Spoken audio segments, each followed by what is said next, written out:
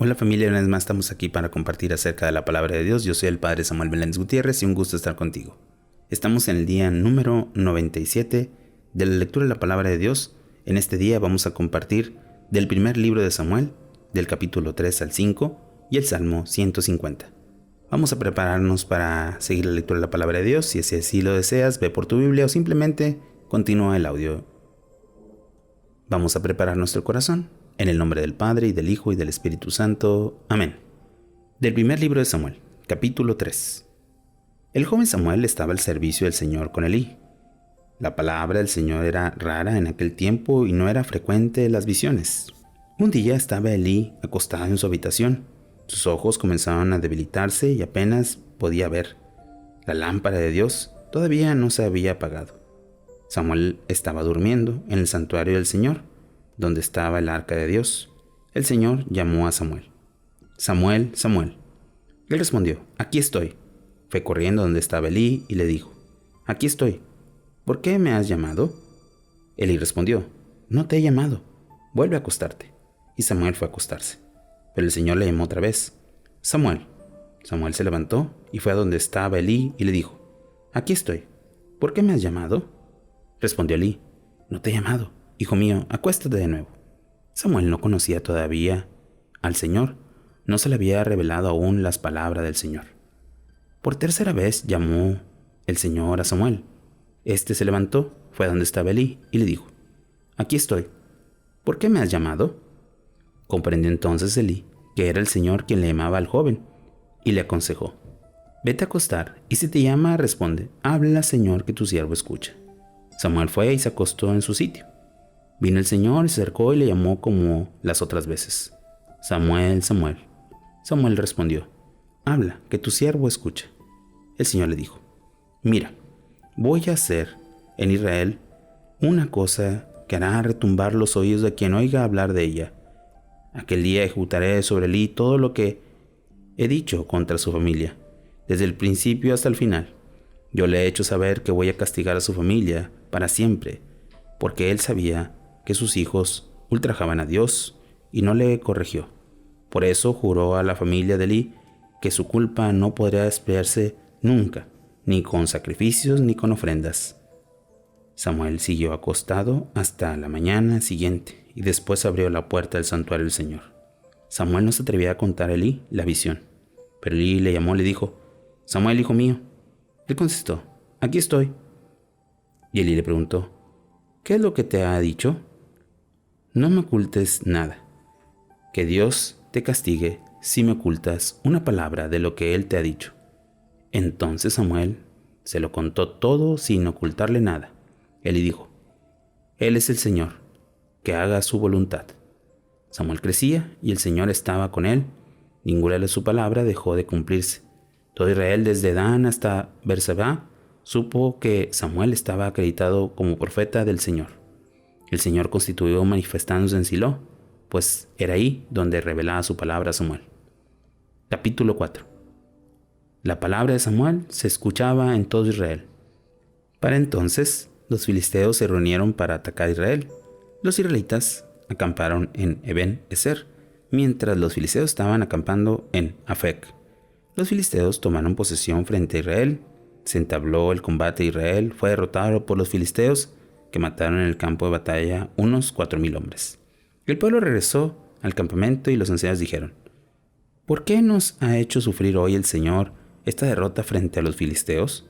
Vayamos a Silo a buscar el arca de la alianza del Señor, para que venga con nosotros y nos libre de nuestros enemigos. El pueblo mandó gente a Silo para que trajeran el arca de la alianza del Señor Todopoderoso, que descansaba sobre los querubines. Los dos hijos de Elí, Hofni y Pinjas, venían con el arca de la alianza de Dios. Cuando el arca de la alianza del Señor llegó al campamento, los israelitas lanzaron el grito de guerra y la tierra retemblaba. Al oír a los filisteos el griterío, se preguntaron, ¿a qué se debe tan alegría en el campamento de los hebreos? Y creyeron en la cuenta de que el arca del Señor había llegado al campamento. A los filisteos les entró miedo y comentaban, ha venido Dios al campamento. ¡Ay de nosotros! Esto no había sucedido nunca. ¡Ay de nosotros! ¿quién nos salvará de la mano de esta divina tan poderosa? Es lo que castigó a Egipto con toda clase de plagas y epidemias. Cobren ánimo y sean fuertes, filisteos, para no servir a los hebreos como ellos les han servido a ustedes. Sean hombres y luchen. Los filisteos fueron al combate, Israel fue derrotado y huyó cada uno a su tienda. Fue una gran derrota. Cayeron de Israel 30,000 hombres de infantería. El arca de Dios fue capturada y los 2 hijos de Elí, Hofni y Pinjas, murieron. Un hombre de Benjamín salió corriendo del campamento de batalla y luego llegó aquel mismo día a Silo, con la ropa destrozada y la cabeza cubierta de polvo.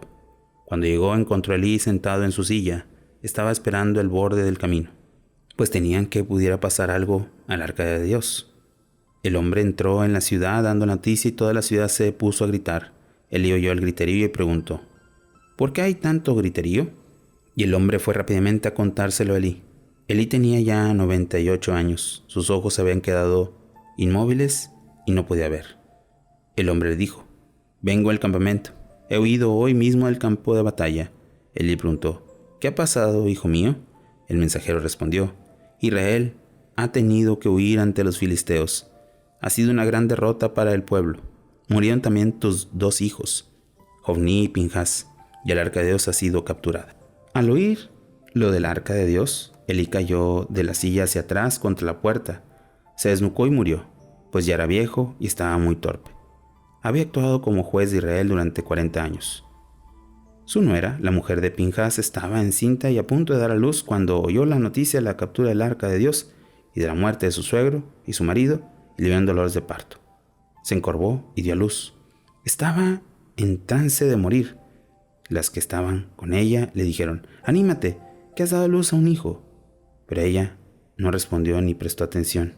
El niño se puso por nombre Icabob, diciendo: ha desaparecido de la gloria de Israel. Se refería a la captura del arca de Dios, de su suegro y la muerte de su marido. Y repetía: ha desaparecido de la gloria de Israel porque ha sido capturada el arca de Dios. Capítulo 5. Los filisteos habían apoderado el arca de Dios y la habían llevado a Ben-Ezer en Asdón. Los filisteos tomaron el arca de Dios y la llevaron al templo de Dagón y la pusieron junto a Dagón. A la mañana siguiente, los de Asdón fueron al templo y encontraron a Dagón caído de bruces en tierra ante el arca del Señor. Levantaron a Dagón y lo volvieron a poner en su sitio. A la mañana siguiente fueron de nuevo al templo y encontraron a Dagón caído boca abajo en tierra ante el arca del Señor, con la cabeza y las 2 manos cortadas sobre el umbral. Solo quedaba a Dagón el tronco. Por eso todavía hoy los sacerdotes de Dagón y los que entran en su templo de Asdón no pisan el umbral. El Señor castigó a los habitantes de Asdón y los llenó de pánico, hiriéndoles con tumores y todo lo que vivían en Asdón y su región.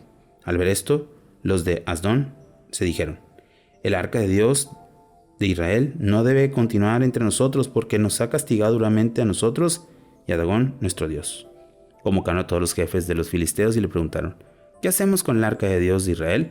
Respondieron: que sea llevada a Gat. En efecto, llevaron el arca a Gat, pero cuando la llevaron, el Señor castigó a la ciudad y cundió en ella el pánico, pues hirió a todos los habitantes, chicos y grandes, y les dio tumores. Entonces mandaron el arca de Dios a Ecrón, pero cuando llegó el arca de Dios, los de Ecrón comenzaron a protestar: ¿han traído aquí el arca de Dios de Israel para que nos maten a nosotros y a nuestro pueblo? Y convocaron a todos los jefes de los filisteos, los cuales dijeron: devuelven el arca de Dios de Israel a su lugar, para que no nos mate a nosotros y a nuestro pueblo. Toda la ciudad estaba dominada por un pánico mortal, pues el Señor había castigado duramente. Los que no morían estaban llenos de tumores, y el clamor de la ciudad subía hasta el cielo. Palabra de Dios. Te alabamos, Señor. Hemos escuchado en estos siguientes capítulos del libro de Samuel algo muy interesante: el cumplimiento de la promesa que le había hecho a Elí de que su descendencia iba a acabarse, y especialmente pues vemos el llamado que Samuel tiene, pero también vemos el momento en donde se apropian del arca de la alianza y estos pueblos paganos, por así llamarles así, pues se llenan de la furia de Dios, y esta furia hace que les provoquen ciertas cosas. Y al final, ellos tienen que regresar el arca. ¿Cuántas veces nosotros no hemos escuchado de las bendiciones de Dios? Pero ¿cuántas veces hemos escuchado que algunas personas dicen que Dios los maldice? Y yo creo que va más allá de una maldición. Va de una falta de comunión, de no estar en ese estado de gracia y no vivir esa comunión plenamente. Pidámosle al Señor que siempre estemos en comunión, especialmente con nuestros hermanos, aunque sean a lo mejor diferentes a nosotros. Pidámosle al Señor que siempre tengamos esa comunión.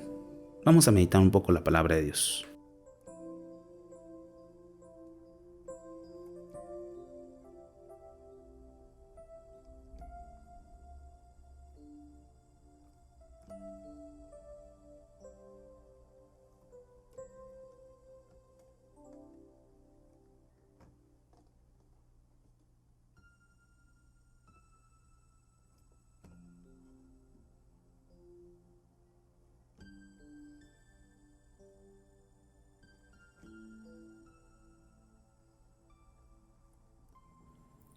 Habiendo meditado el libro del Samuel, pasemos ahora al Salmo 150.